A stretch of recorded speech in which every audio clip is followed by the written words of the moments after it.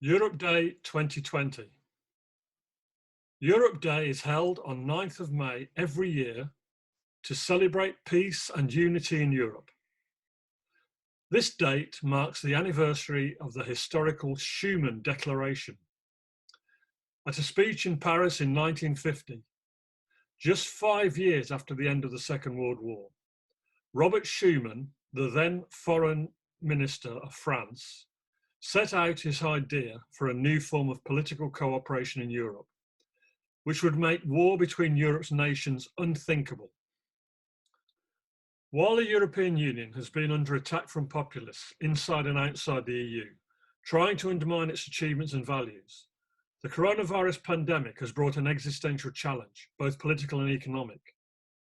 In the United Kingdom, the challenges are one and the same, but different. On this day in May 2020, Linda, the Secretary of CAIF, answers some questions about the future of international friendship and sends a message to CAIF's friends abroad.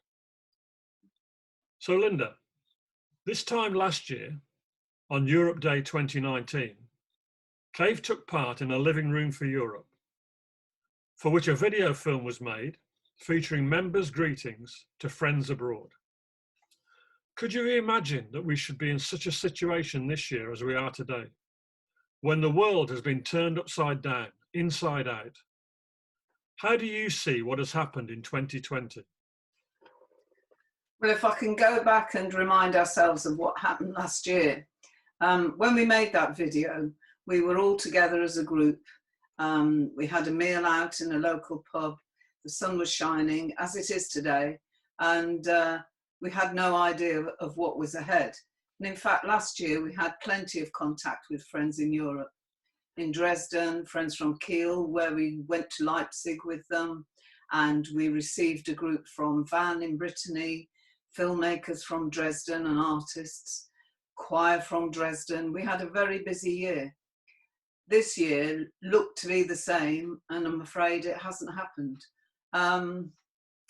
But we have made contact with people.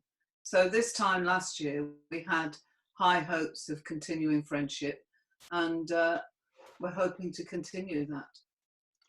So what effect do you think the COVID-19 pandemic will have on international friendship? I don't think it'll have a massive effect on the friendships we've got, because as the last few weeks have shown, many of those friends have been in contact via Zoom, via electronic means, by emails, by messages of support. We've exchanged updates and bulletins of how our lives are going on, commentary on how we think each of our governments are handling the situation. And I think there's been quite a lot of